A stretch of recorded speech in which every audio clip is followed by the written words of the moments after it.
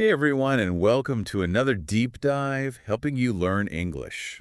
Today, we're headed to a bookstore. One of those places with tons of awesome books just waiting to be discovered. Yeah. We're going to listen in on a simple conversation, one you might even have yourself. Right.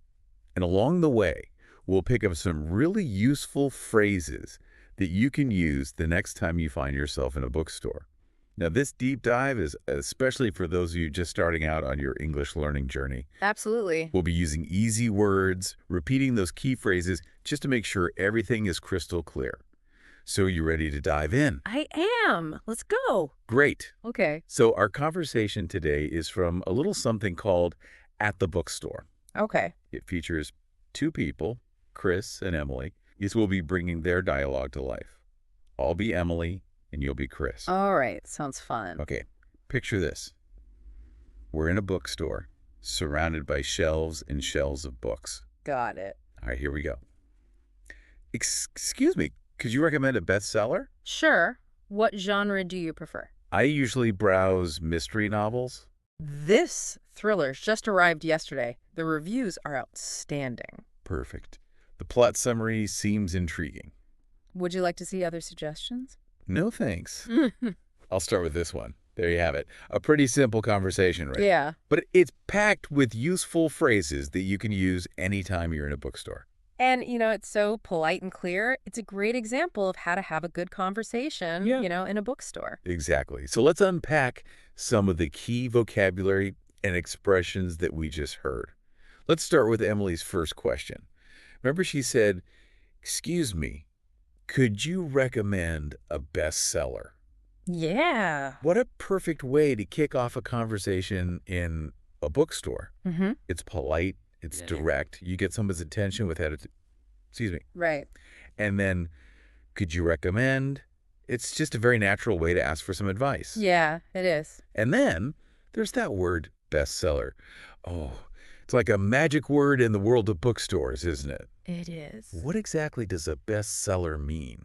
Well, a bestseller is a book that lots of people are buying, which usually means, it's popular, people are enjoying it. Right. Think of it like, a shortcut to finding a good book. That makes perfect sense. Now, Chris, the super helpful bookstore employee that he is, asks Emily, what genre do you prefer? Uh-huh. That word genre might be new for some of our listeners. It might be. A genre is just a category of books like mystery, romance, science fiction. Those are all different genres. Okay. And by asking about someone's preferred genre, you can get a good understanding of the kind of books they like. So even if you don't know a lot of English words about books, you can still have a conversation by knowing a few basic genres. Definitely. Helpful.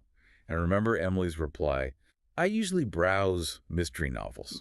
Browse. Now that's a great word, isn't it? What does browse mean? Browse means to look around casually. You're not in a hurry. Yeah. You're just taking your time. Browse is the perfect word to use when you're in a bookstore looking at books. It just means you're taking your time, seeing what catches your eye. Exactly. And then Chris mentions a thriller. Now, a thriller, that's a type of mystery book. Okay. It's usually very exciting, full of suspense, keeps you on the edge of your seat. Ooh, I love a good thriller. Those are the ones that keep you guessing until the very end. Absolutely. Now, Chris also mentions that this thriller just arrived yesterday. That's another great phrase to keep in mind because, bookstores always have new books coming in all the time. Yeah. It's a way to highlight something new, fresh, and exciting. Absolutely. So if you hear a bookstore employee say, this just arrived yesterday, it's probably something you want to check out. It's brand new. It's like the newest, hottest thing. Now, to make this book sound even more appealing, Chris adds, the reviews are outstanding. Outstanding. Now, what does outstanding mean? Outstanding just means excellent. Really, really good. Outstanding is such a great word to use when you want to describe something you really like. You could use it for a movie, a restaurant, even a person's work. Right. It's a very strong positive word. And Emily, well, she seems interested because she says, perfect. The plot summary seems intriguing. It does. Intriguing. What does intriguing mean? Intriguing means something is really interesting and makes you want to learn more. So Emily has considered the genre, heard about the reviews, and now she's intrigued by the plot. She's hooked. That's a pretty good way to decide if you want to read a book, right? Absolutely. So much good stuff packed into this short conversation. But before we move on, let's quickly review some of those key words and phrases one more time. Okay, sounds good. Let's do a little recap. First, we have bestseller, which is A book that is very popular. Lots of people are buying it. great. Next up, what does genre mean? A genre is just a category for a book, like mystery or romance. Right. And browse means To look around casually, you're not in a hurry. perfect. And lastly, outstanding is just another way to say Excellent. Very, very good. yes. Now, before we go any further, just a quick reminder, if you're digging this deep dive and you want to learn more helpful phrases, be sure to subscribe and like this episode. It really does help us reach other English learners out there. Yeah, it helps us out a lot. All right, are you ready to keep exploring this conversation? Absolutely. Let's do it. Okay, so we've covered some really useful words, phrases, all that good stuff. But how can we actually use them in a real conversation? You know, that's a great question.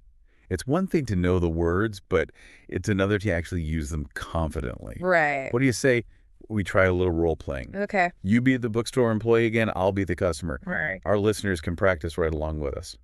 What do you think? I like that idea. I'm ready. Let's do it. Okay, so here I come, walking into your bookstore, ready to browse. Okay, let's see. Excuse me, could you recommend a bestseller? Sure. What genre do you prefer? We have a great selection. Let me think. I usually browse science fiction.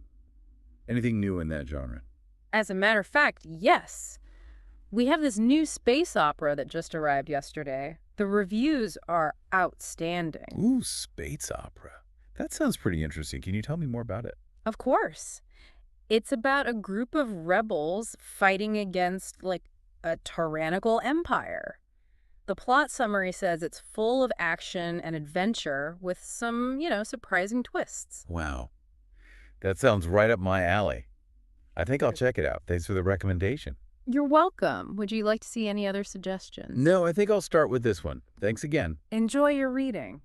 See, we did it. We used all those key phrases in a natural conversation. And it wasn't that hard, right? Not at all. Even simple conversations like this one can really help you build confidence in English. You're absolutely right. The more you practice, the easier it gets. Absolutely. And the more comfortable you are, the more you can actually enjoy talking in English. Exactly.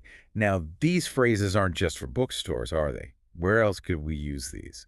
That's a great point. I mean, you can recommend lots of things. Movies, restaurants, places to visit. Right. Imagine you're talking to a friend who's visiting your city. You could say, hey, there's this awesome new restaurant downtown. The reviews are outstanding. You should definitely check it out. I love that. Or how about, I just saw this incredible movie. The plot was so intriguing, you should see it. See? These phrases are so useful. The more you practice them, the more natural they'll sound. Absolutely. And don't forget that simple yet powerful, Yeah. it's so helpful in almost any situation where you need to get someone's attention. It really is. It's like the magic phrase to start a conversation politely. So, listeners, we really encourage you to try using these phrases yourselves. You'll be surprised how much they can help you. You know, learning a language, it takes time. It takes practice. Don't be afraid to make mistakes. Just keep practicing, and you'll get better every single day. That's the key. Practice, practice, practice. Well said. Speaking of practice, why don't we go back to our bookstore dialogue one last time? Time for a dramatic reenactment. You read my mind. All right, I'm Emily again. You're Chris. Lights, camera, action. Excuse me, could you recommend a bestseller? Sure. What genre do you prefer? I usually browse mystery novels. This thriller just arrived yesterday. The reviews are outstanding. Perfect. The plot summary seems intriguing. Would you like to see other suggestions? No thanks. I'll start with this one. And cut. I think we did a pretty good job there. Yeah, we did. It's amazing how much we can learn from just a short conversation like that. I know. It covers so much. Politeness, asking for recommendations, talking about genres, even checking those reviews. It's like a mini guide to bookstore interactions. Yeah. And you know what's really interesting? It's how Emily used her words to actually find the perfect book. First, she asks for a bestseller. Right. Then she narrows it down, mentioning her favorite genre. Uh-huh. And finally, she shows that she's genuinely interested in the plot. I mean, it's a great strategy for finding something you'll really enjoy. Yeah. I'm realizing now that even simple conversations can be full of strategy. They can. We can learn so much by just paying attention to how people use language to kind of get what they want. Absolutely. And that's what makes learning English so fascinating. There's always something new to discover. There is. So what if we changed things up a bit? Imagine Emily was looking for a totally different kind of book. Let's say she prefers, I don't know, romance novels. How do you think the conversation would change? Ooh, that's a fun question. Well, maybe Chris would recommend a different bestseller, Perhaps a heartwarming love story or a fun romantic comedy. He might even ask Emily what kind of romance she prefers, like historical, contemporary, paranormal. Who knows? Right. And think about all those other phrases we've learned.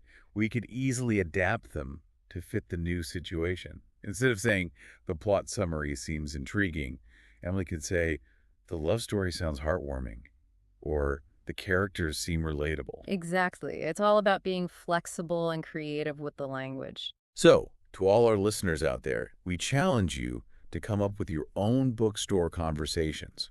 Practice different scenarios, try different genres, and see how you can use these phrases in your own unique way. And remember, don't be afraid to make mistakes.